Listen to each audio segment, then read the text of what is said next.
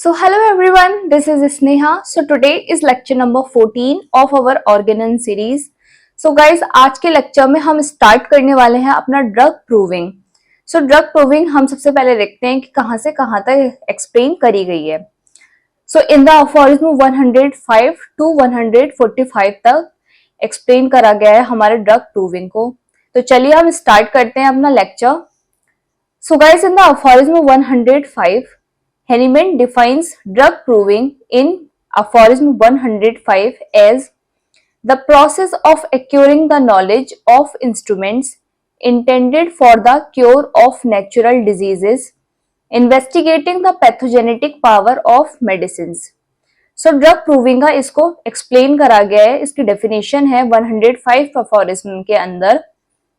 Drug proving हमारी एक process होती है जिसके अंदर जिससे हमें पता चलता है, हमें ये नॉलेज मिलती है उस इंस्ट्रूमेंट की जो किसके लिए इंटेंट किया जाता है, किसके लिए यूज किया जाता है, क्योर करने के लिए. जो भी हमारी नेचुरल डिजीजेस हैं उसको क्योर करने के लिए यूज किया जाता है, और इन्वेस्टिगेट करने के लिए जो भी पैथोजेनेटिक पावर होती है उस मेडिसिन की, उसको हमें पता करने के लिए ड्रग प्रूविंग यूज करी जाती है.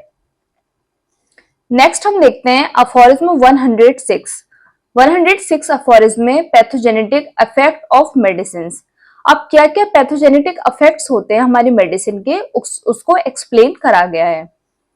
Healthy provers all morbid symptoms और alterations in the state of health. So इसके अंदर क्या बोला गया है कि एक हेल्दी प्रूवर होना चाहिए. सारे जो भी मॉर्बिड सिम्टम्स हैं और कुछ भी अल्टरेशन हुआ है स्टेट ऑफ हेल्थ में, उसको नोटेड इन होम्योपैथिक मटेरिया मेडिका. तो सारे सिम्टम्स को और कुछ भी अल्टरेशन हुआ है हमारे स्टेट ऑफ हेल्थ में उसको नोट करना चाहिए हमें. वो सारी चीजें नोटेड हैं होम्योपैथिक मटेरिया मेडिका में. सिलेक्शन ऑफ सिमिलर रेमेडी, उसके बाद सिलेक्शन करना चाहिए एक सिमिलर रेमेडी का. Matching is done with symptoms of natural disease. Matching तभी डन होती है किसके साथ, जब वो जो सिम्टम्स हैं, मतलब मेडिसिन की जो सिम्टम्स हैं वो किसके साथ मैच कर जाएं, जो हमारी नेचुरल डिजीज होती है उसके सिम्टम्स के साथ मैच कर जाएं, तभी सिलेक्शन होता है हमारी एक सिमिलर रेमेडी का.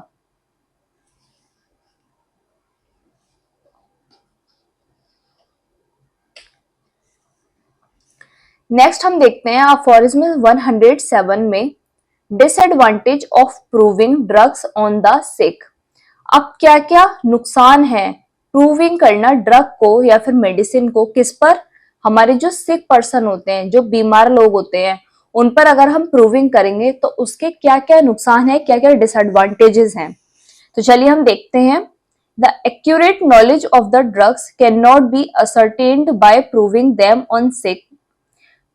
एक एक्यूरेट नॉलेज ड्रग की, उसके सिम्टम्स क्या हैं उस ड्रग के, कैसा उसका पैथोजेनिक इफेक्ट है, तो ये सारी चीजें हमें पता नहीं चल पाती हैं जब हम प्रूव करते हैं उन्हें किसी भी बीमार रोग पर, किसी भी सिक पर. बिकॉज क्यों नहीं पता चल कर पाते हैं हम, उसको हम देखते हैं. तो first one, the disease symptoms of the sick will mix up with the symptoms produced by drug substance. सबसे पहले क्या होता है कि जो भी डिजीज के सिम्टम्स हैं एक बीमार पर्सन के अंदर, वो इंसान पहले तो खुद ही बीमार है, तो उसकी जो अंदर की बीमारी है तो ऑलरेडी उसके अंदर पहले से ही सिम्टम्स हैं. जब हम उसको एक ड्रग दे देते हैं, ड्रग सब्सटेंस, तो ड्रग सब्सटेंस अपने खुद के सिम्टम्स प्रोड्यूस करती है, तो उसके पहले के सिम्टम्स और जो मेडिसिन ने बनाए हैं वो सिम्टम्स, वो सारे एक तो मिक्स हो जाते हैं, तो हमें पता नहीं चल पाता है, मतलब टोटलिटी ऑफ सिम्टम्स हमारा निकल कर नहीं आ पाता. Next, sick people are in either hyposensitive और hyper sensitive stage, hence they react too much और too little to the stimulation of drug. या तो सिक पीपल बहुत ज्यादा हाइपोसेंसिटिव होगा कि वो आपको बताएगा ही नहीं अपने सिम्टम्स को, या फिर बहुत लेट बताएगा, या फिर हाइपर सेंसिटिव स्टेज होगी उसकी, या तो बहुत ही जल्दी उसको एकदम से एग्जेजरेट करके बताएगा अपने सिम्टम्स को. तो क्या होता है कि हेंस दे रिएक्ट, या तो वो बहुत ज्यादा रिएक्ट करेगा या फिर बहुत ही कम रिएक्ट करेगा, जो भी स्टिमुलेशन होगा ड्रग का, जो भी सिम्टम्स आएंगे ड्रग के उसके ऊपर। नेक्स्ट हम देखते हैं, a powerful deep acting medicine can arouse the latent मियाज्म in the patient making the drug proving more complicate. तो हमने जब उसको एक मेडिसिन दी है, तो वो मेडिसिन कैसी है, एक पावरफुल डीप एक्टिंग मेडिसिन है। तो जो डीप एक्टिंग जब हम मेडिसिन देते हैं, तो जो लेटेंट मियाज्म होता है उस पेशेंट के अंदर, वो उसको जगा देती है, और इसीलिए क्या होता है कि ड्रग प्रूविंग हमारे सिक में बहुत ज्यादा कॉम्प्लिकेटेड हो जाती है। अफोरिज्म 108 एंड 109 में क्या बोला गया है, healthy human drug proving the only pure and reliable method, कि जब हम हेल्दी ह्यूमन बीइंग पर अपना ड्रग प्रूविंग करते हैं, वही हमारा प्योर और रिलायबल मेथड होता है। ये एक्सप्लेन करा गया 108 और 109 अफोरिज्म के अंदर। The only reliable method of understanding the pathogenic effect of drug is the healthy human being drug proving in all age groups, in both sexes and in different constitutions। मतलब इन्होंने ये बोला गया है कि सबसे ज्यादा reliable method, only reliable method जानने का किस चीज को, जो भी पैथोजेनिक इफेक्ट आ रहे हैं हमारे ड्रग के, is the healthy human being. वो हमारा सबसे अच्छा मेथड किसके अंदर होना चाहिए, हेल्दी ह्यूमन बीइंग ही है ड्रग प्रूविंग के लिए। उसका किसी भी एज ग्रुप में देख लीजिए आप, दोनों सेक्सेस मेल और फीमेल दोनों में, एंड इन डिफरेंट अलग अलग कॉन्स्टिट्यूशन में, तो ये हमारा बेस्ट मेथड होता है ड्रग प्रूविंग का। He incorporated his first proving of 27 drugs in his book। तो उन्होंने ये सारे सिम्टम्स को अपनी पहली प्रूव करी हुई 27 ड्रग्स अपनी उन्होंने एक बुक लिखी थी, फर्स्ट बुक उन्होंने पब्लिश करी थी, जिसके अंदर उन्होंने 27 ड्रग को प्रूव करा था। तो उस बुक का नेम है ये फ्रेगमेंटा डी विरिबस मेडिकामेंटोरम पॉजिटिविस साइव इन सैनो कॉर्पोरो ह्यूमनो ऑब्जर्वेटिस। ये इनकी फर्स्ट मटेरिया मेडिका थी, जो इन्होंने 20 इसके अंदर 27 ड्रग्स थे और पहली पब्लिश करी गई बुक थी ये। तो ये वाला जो बुक का नेम है, ये आपके वाइवा में भी पूछ लिया जा सकता है, इसको अच्छे से याद कर रखना।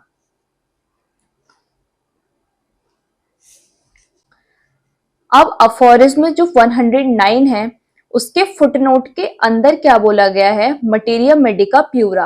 अब मटेरिया मेडिका प्यूरा के बारे में बोला गया है, this is a book written by Samuel Hahnemann. तो जो हमारी मटेरिया मेडिका प्यूरा थी, इसको किसने लिखा है, डॉक्टर सैमुअल हैनीमैन ने लिखा है। This book was originally written in German language. ये बुक ओरिजिनली किस में लिखी गई है, तो ओरिजिनली ये जर्मन लैंग्वेज में लिखी गई थी, और इसको एक नेम दिया गया था जर्मन में, रेने अर्जनीमिटे लेरे इन 6 वॉल्यूम। अगर मैंने गाइस गलत पढ़ा हो तो आप देख लीजिए, काफी टफ लैंग्वेज है ये। तो इस बुक का पहले नेम था रेने अर्जमिटे लेरे, जिसके 6 वॉल्यूम आ चुके हैं। These volume appear during the years 1811 to 1821। तो ये जो 6 वॉल्यूम्स हैं वो 1811 से लेकर 1821 तक पब्लिश हो गए हैं। Hahnemann called this book materia medica pura because this book contains the pure, real and reliable symptoms produced by a single drug substance on healthy human being। उसके बाद हैनीमैन ने इस बुक के नेम मटेरिया मेडिका प्यूरा रखा था। Pura क्यों रखा है, क्योंकि ये बुक जो है वो क्या कंटेन करती है, उसके अंदर एक प्योर, रियल, रिलायबल सिम्टम्स हैं, जो कैसे प्रोड्यूस्ड हुए हैं, एक सिंगल ड्रग सब्सटेंस जो प्रूव करा गया है हेल्दी ह्यूमन बींग्स पर। This book consisted of symptoms of 61 drug substance. फिर जो मटेरिया मेडिका प्यूरा थी, इसके अंदर 61 ड्रग सब्सटेंस के सिम्टम्स को लिखा गया है। तो हैनीमैन सर की ये फर्स्ट बुक थी।